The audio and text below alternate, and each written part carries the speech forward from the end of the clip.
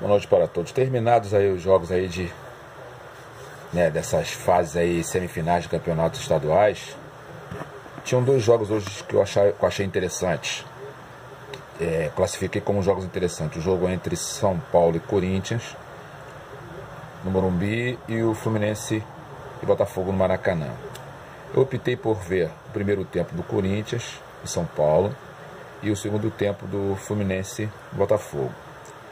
Foi a melhor escolha que eu fiz, porque o primeiro tempo do jogo Corinthians e São Paulo foi bom.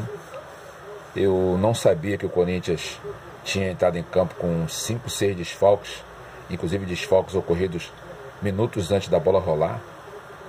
Eu sei que está sem o Fagner, que está na negócio de seleção e tal, mas eu não sabia que eram tantos desfalques assim. E eu vi um jogo no primeiro tempo, o Corinthians está tocando bem a bola, do jeito que a gente gosta de ver, do jeito que a gente gostaria de ver todos os times jogando. 3, 4 toques. Exigir 2 toques aqui no Brasil é muito difícil, né? Não há categoria para isso, né? Então, eu estava vendo o jogo e vi que o Corinthians estava tocando bem a bola, jogando na defesa, jogando na defensiva. O São Paulo estava encontrando um pouquinho de dificuldade para furar aquele bloqueio ali, mas gostei de ver o jogo em si. O gol do São Paulo já foi no final do primeiro tempo, num erro. Porque esse time que toca muita bola, ele vai tocando e vai aproximando, vai botando o outro time para trás. Vai tocando e vai empurrando o outro time para trás. Vai tocando e evoluindo, tocando e evoluindo, tocando e evoluindo. Aí, obviamente, o São Paulo foi recuando um pouco. Só que teve um erro de passe. Uma bola esticada, houve um erro de passe, a bola pipocou e sobrou para o atacante do São Paulo, que levou até lá na boca do gol, bateu, o Cássio defendeu, né, deu rebote, quase que ele pega o rebote também. Aí o Nenê foi e botou para dentro.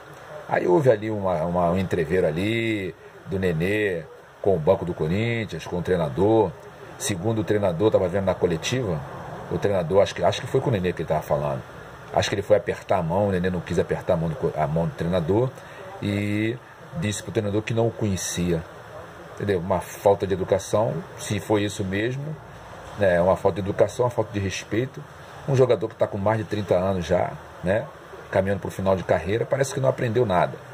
É isso que acaba incitando a violência dentro e fora dos estádios, principalmente.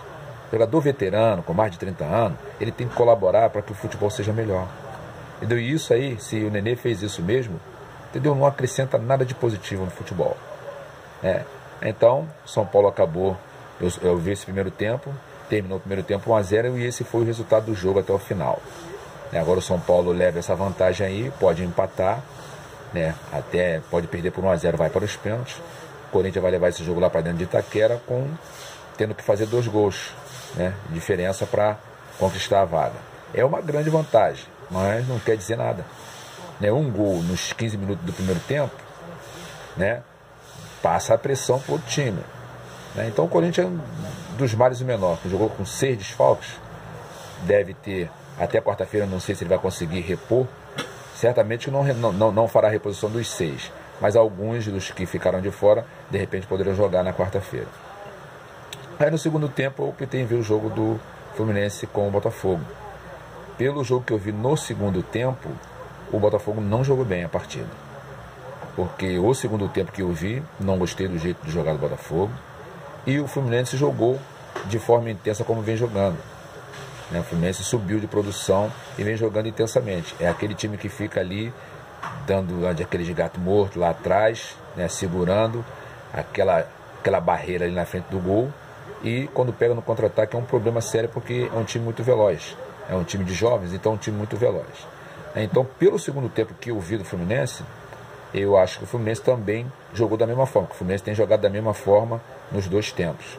E superou o Botafogo com muita facilidade até. Poderia ter feito mais. O Pedro, ele diz que trabalha muito finalização. Meu filho, tem que trabalhar mais então.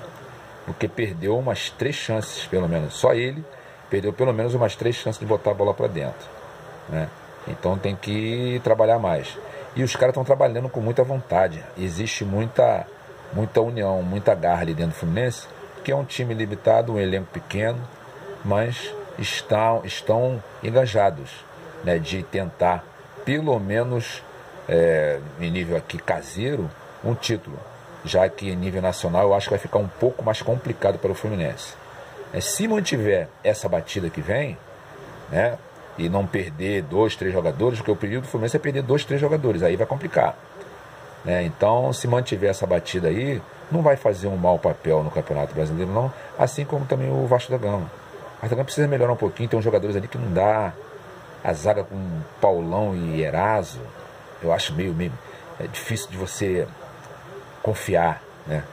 Riasco, entendeu? Essas coisas não dá.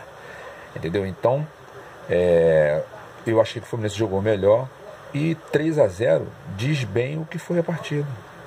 3-0. Acabou, cara. Não tem aquele negócio de 1-1, 2-1, 1-0, foram 3-0.